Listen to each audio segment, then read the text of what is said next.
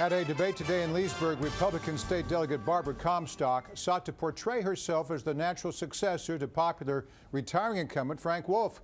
It all happened during a debate against Democratic Fairfax County Supervisor John Faust. Our Bruce DuPoit moderated the event, and Mike Canine reported on it.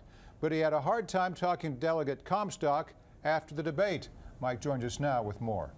So, Morris, just to orient our viewers, this is Congressional District 10 in Northern Virginia. This is the seat of retiring Frank Wolf, very popular among voters. Yes. And this race is very closely being watched on the national level. A lot of folks watching this because it is considered a swing district, a 50-50 district.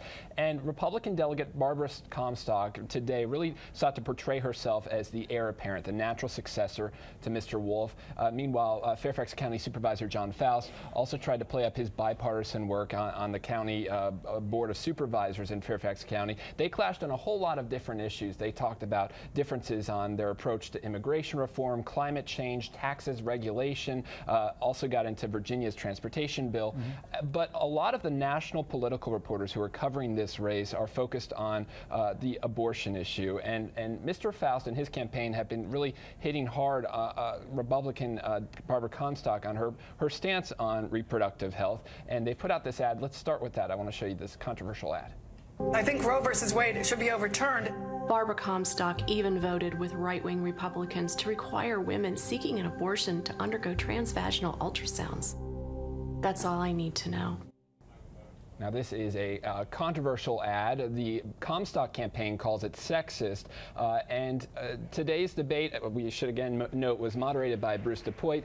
While at no point during this debate, which was focused on business issues, did that campaign ad or that issue come up, at the very end of the debate, Mr. Faust did talk about reproductive health. And I should note that he had the last word at this debate. Because of a coin toss, he was able to give his closing argument last.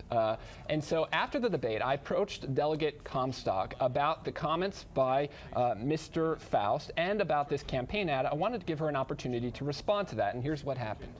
I think it was great. It was a great opportunity to talk to the business community, so many of the people here that I've worked with for years. So I'm thrilled to have the opportunity to continue to work with this great business community. You think there's a stark contrast that voters have to make this? Here's my card, and we'll catch up with you soon. He did in his closing arguments bring up the reproductive health issue. I want to give you an opportunity to reply to that. I apologize, sir. There's the ad that's out right now. Know better. Delegate Comstock. He's just a boy. You won't let me talk to her? No, sir, I gave you my business card. Can we set up an interview? She's a candidate for public office. I wanted to ask her a question. Absolutely. I gave you my business card. Why can't I just ask her a couple quick questions here at this forum? You did. You blocked my opportunity to ask her the question. You asked her too, sir, and I said we do. I actually didn't get out my second question. All right. Hey, listen. Who are you? I'm Susan Falconer. I gave you my business card. Her campaign. Yeah. Okay, thank you. So, again, this was a surprise for me. I think because Bruce moderated the event, I introduced myself as Bruce's colleague and wanted to ask her pretty straightforward questions. My first question was just simply, how do you think this went? And a softball question. My second question was about the differences. Just a way to kind of get in, say hi. Yeah. And before I gave her the opportunity to reply to that reproductive health question, obviously you saw what happened. I wasn't able to ask that question.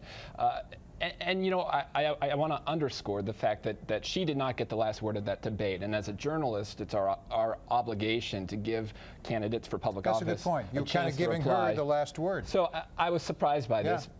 With that being said, a lot of Democrats across the country, especially in close districts, are really hitting hard on this reproductive health issue. We've seen this in Colorado with different Senate candidates and other swing states, swing districts. And I wanted to follow up with Mr. Faust about this campaign ad, which again, the Comstock campaign has said is sexist, and here's his take on that. Is that really the most important issue that you think female voters need to consider? No, that's all they need to know on the choice issue, that's for sure. You know, obviously there are other issues involved in the race, but on a fundamentally important issue, a woman's right to make her own health care choices, Barbara Comstock has demonstrated that she's anti-woman, refuses to, she wants to see Roe v. Wade overturned, she voted for transvaginal ultrasounds, she is not a friend to women who want to be able to make their own choices and work with their doctors to make health care decisions. Do you think that's a fundamental issue voters are considering as they go to the ballot box this November? I certainly believe it is. I hope it is, because it is a fundamental issue. A woman's right to make her own health care choices is a fundamental right that we need to protect.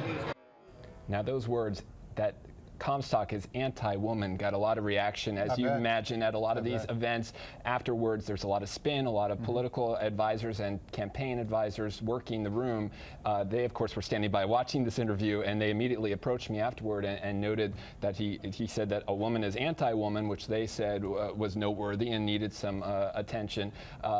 I would have asked Delegate Comstock about that comment, but she made herself unavailable. Well, those commercials are already hitting the airwaves. They're very, very powerful about the abortion issue, with the woman talking about it. And you were doing your job. The handler was doing her job. I mean, that's a textbook example of something. No, here's my business card. It's like playing interference. It's what they needed on the White House lawn this past weekend, too. As another Republican woman I did speak to, and we'll have this in my full story coming up at 5 o'clock, another Republican woman did respond to that anti-woman comment by Democrat John Faust, saying, you know, that voters in her mind are concerned about bread and butter issues, and they're not as focused on this. They say this is a distraction, and that the real issue is dealing with transportation and dealing with creating jobs and the economy. But they open the door. You open the door to that, and you're bound to walk in and ask the questions. Right. All right, good job, Mike Canine. Thanks for the update.